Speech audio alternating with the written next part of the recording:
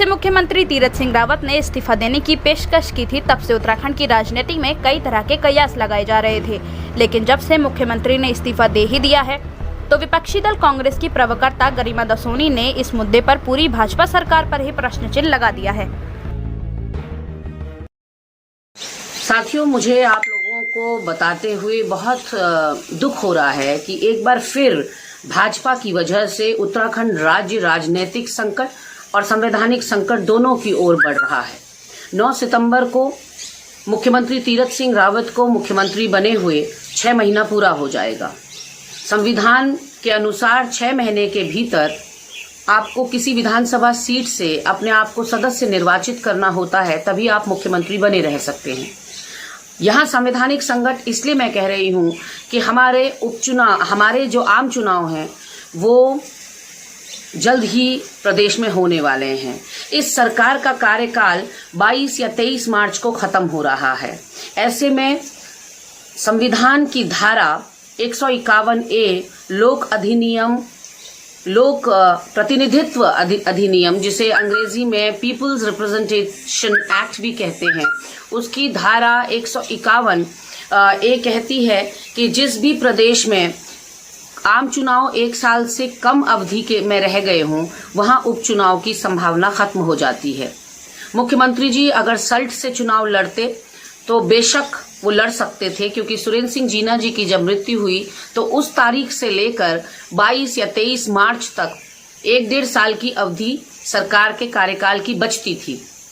लेकिन अब गोपाल सिंह रावत जी ने जो सीट गंगोत्री से खाली की है, उनकी मृत्यु 22 अप्रैल को हुई और कार्यकाल केवल 23 मार्च तक है, यानी कि सिर्फ 11 महीने का, और यानी कि 1 साल से कम।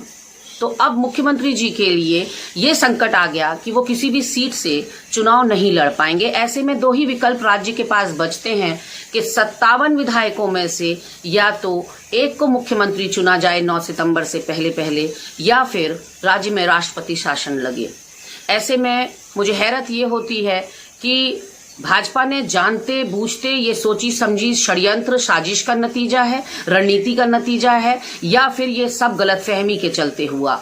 बगल के राज्य हिमाचल में 50 साल में 5-6 मुख्यमंत्री होते हैं और हमारे प्रदेश ने 20 सालों में 10 मुख्यमंत्रियों का बोझ सह लिया है और अब शायद 11वें की तैयारी हो रही है। तो ऐसे में भाजपा के ऊपर इस प्रदेश को अपने कार्यकाल में 7 मुख्यमंत्री देने का सेहरा बंधता है। 10 में से 7 मुख्यमंत्री भाजपा के हैं।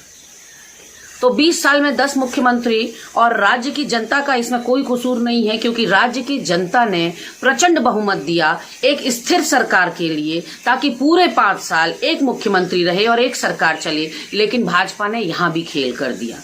अब या तो ममता बनर्जी का घोड़ा रोकने के लिए ये साजिश रची गई है निर्वाचन आयोग के द्वारा, कि निर्वाचन आयोग ने अपनी वेबसाइट पे लिखा है कि जब तक कोविड काल खत्म नहीं हो जाता देश में कहीं भी उपचुनाव नहीं होंगे। ऐसे में आप सोच सकते हैं कि या तो इनको संजीवनी देने के लिए तीरथ सिंह रावत जी को ये क्या किया गया है, या फिर ममता बनर्जी को रास्ते से हटाने के लिए ये क्या किया गया है, उनके रास्ते में कांटे बोने के लिए ये किया गया है। तो मुझे सिर्फ आपको ये बताना था साथियों कि संविधान के अनुसार तो कम से कम तीरथ रावत चुनाव नहीं लड़ सकते, उपचुनाव तो कतई नहीं। नमस्कार।